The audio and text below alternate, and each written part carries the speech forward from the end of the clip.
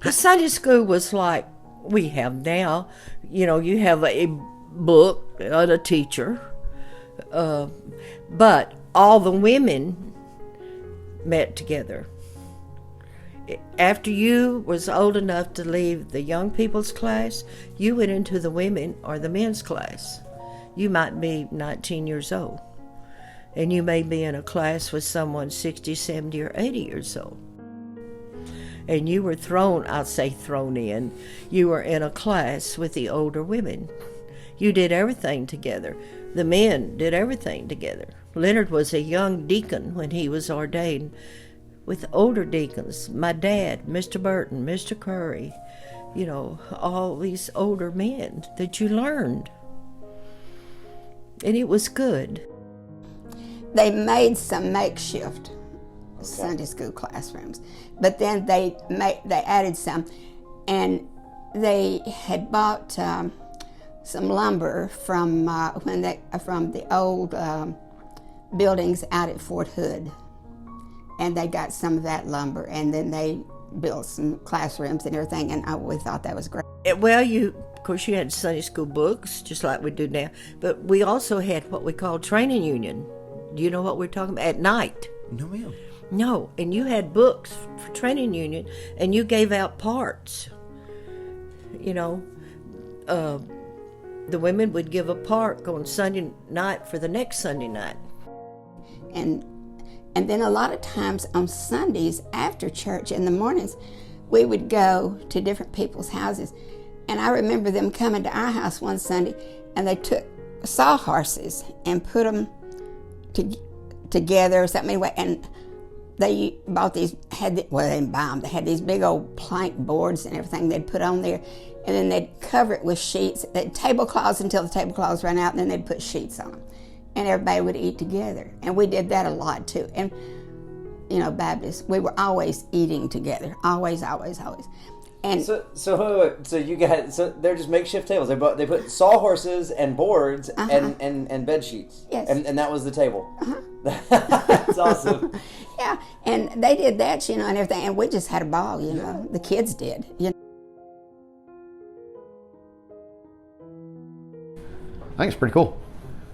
I really enjoy actually getting up and going on a Sunday morning and going and listening to Dennis and Diane talking, and I really like the conversations that we actually get into, because we do get in, and as you have been involved a couple of times, you've seen us at our best sometimes. So I truly enjoy it, just because I feel like I'm connected with all those people that are in that room, and it's just kind of an ongoing thing. It's not just on Sunday mornings, it's all during the week.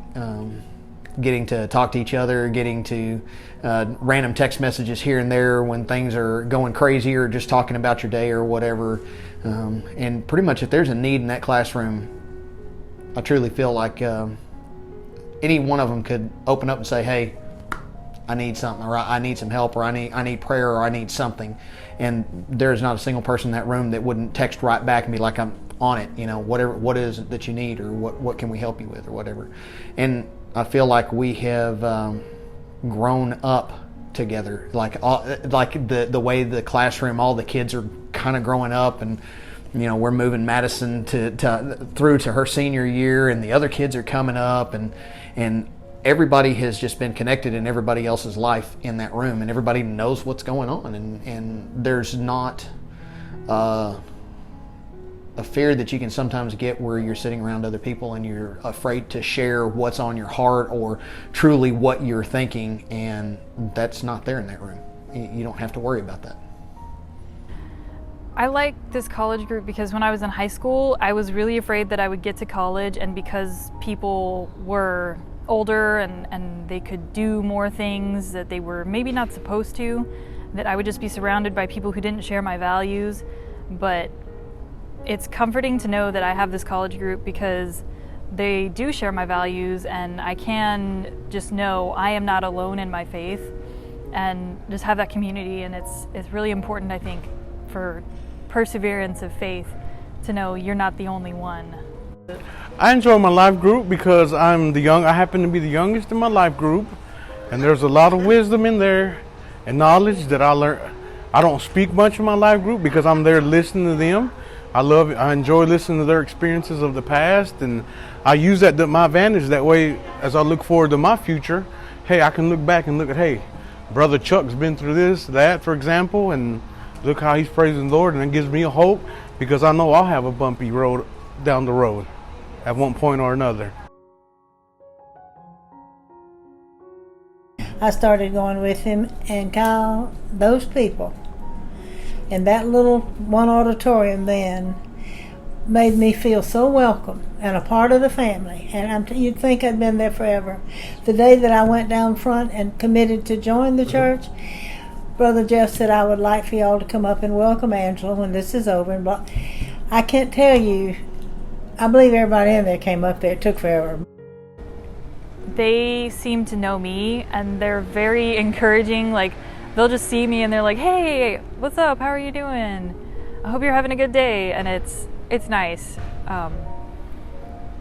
It's nice to know that the church cares about the young people of this generation. If somebody was sick, everybody in the community took care of them. And I remember when Mr. Barnes, Anna Sue's dad, Tess Barnes, was sick. And the men from the church and the community all got together and they did his farm.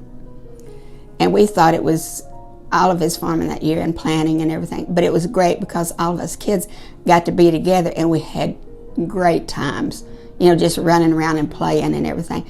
But it was a very close-knit upbringing and everything. And like I say, just wonderful, wonderful people. It's amazing.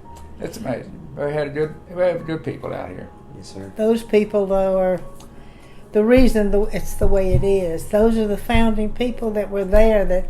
That's where that growth all started in everybody's heart, was with them. My dad was really sick one year,